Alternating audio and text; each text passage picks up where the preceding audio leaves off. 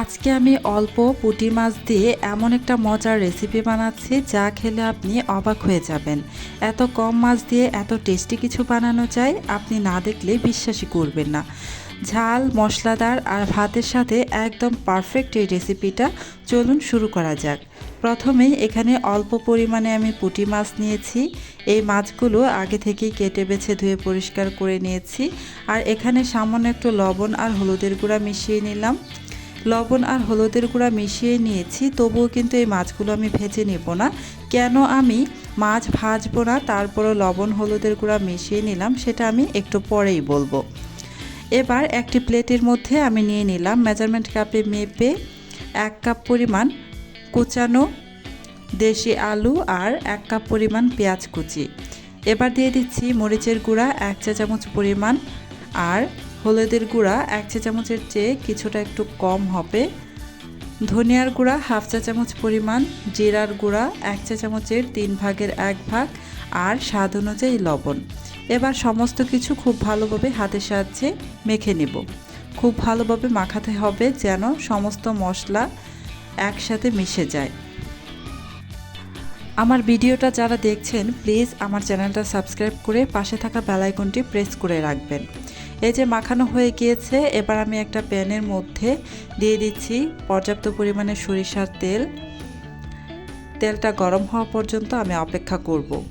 তেল গরম হয়ে এসেছে, এবার এখানে দিয়ে দিচ্ছি 2টি রসুনের বড় কোয়া থেতো করে নিয়েছিলাম, সেটা দিয়ে নাড়াচাড়া করে ব্রাউন কালার করে ভেজে নেব।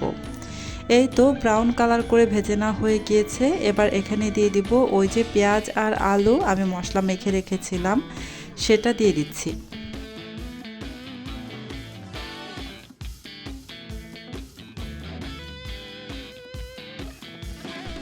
এবার চুলার আঁচ মিডিয়ামে রেখে কিছুক্ষণ পর পর নাড়াচাড়া করে ভালোভাবে এগুলোকে ভেজে নেব। এমনভাবে ভাজবো যেন প্রায় 90%-এর মতো আলু আর পেঁয়াজ সিদ্ধ হয়ে যায়। কিছুক্ষণ পর পর নাড়াচাড়া করে দিতে হবে, খেয়াল রাখতে হবে যেন প্যানের গায়ে লেগে পুড়ে না যায়, আর পুড়ে যদি যায় তাহলে কিন্তু খেতে একদমই ভালো লাগবে না। কিছুক্ষণ ভাজার পর এখানে দিয়ে দিচ্ছি আমি একটি বড় সাইজের পাকা টমেটো। এই টমেটোটাকে আমি একটু চিকন চিকন করে লম্বালম্বিভাবে ফালি করে নিয়েছিলাম। এবার টমেটোটা দেওয়ার পর নাড়াচাড়া করে আরও কিছুক্ষণ ভেজে নেব, প্রায় আলুটা 90%-এর মতো সিদ্ধ হওয়া পর্যন্ত। টমেটো সিদ্ধ হতে খুব বেশি সময় লাগে না আর অল্প সময়ের মধ্যেই সিদ্ধ হয়ে যায়।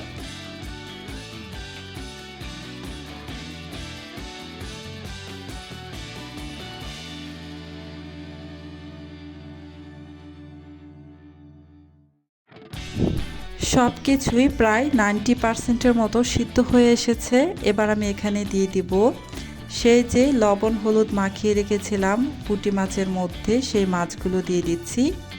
এই মাছগুলো ভাজিনি, তারপরও কেন লবণ হলুদ মাখিয়ে রেখেছিলাম সেটার কারণ হচ্ছে আমি যেহেতু প্রথমেই আলু পেঁয়াজ সমস্ত মশলা একসাথে দিয়ে ভেজে নিয়েছি, তারপর মাছটা ব্যবহার করেছি।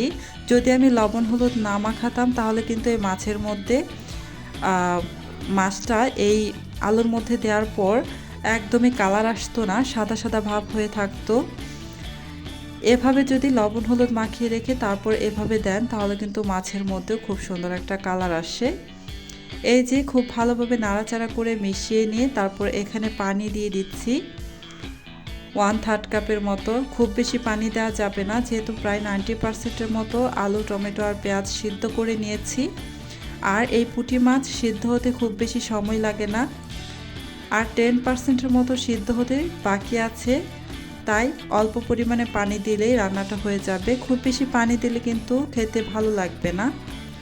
ওপর থেকে আমি 4টি কাঁচামরিচ ফালি করে দিয়ে তারপর ঢাকনা দিয়ে ঢেকে রান্না করে নিচ্ছি পানিটা একদম শুকিয়ে আসা পর্যন্ত। এই তো কিছুক্ষণ পর আমি ঢাকনাটা উঠিয়ে নিচ্ছি, দেখি কি অবস্থা।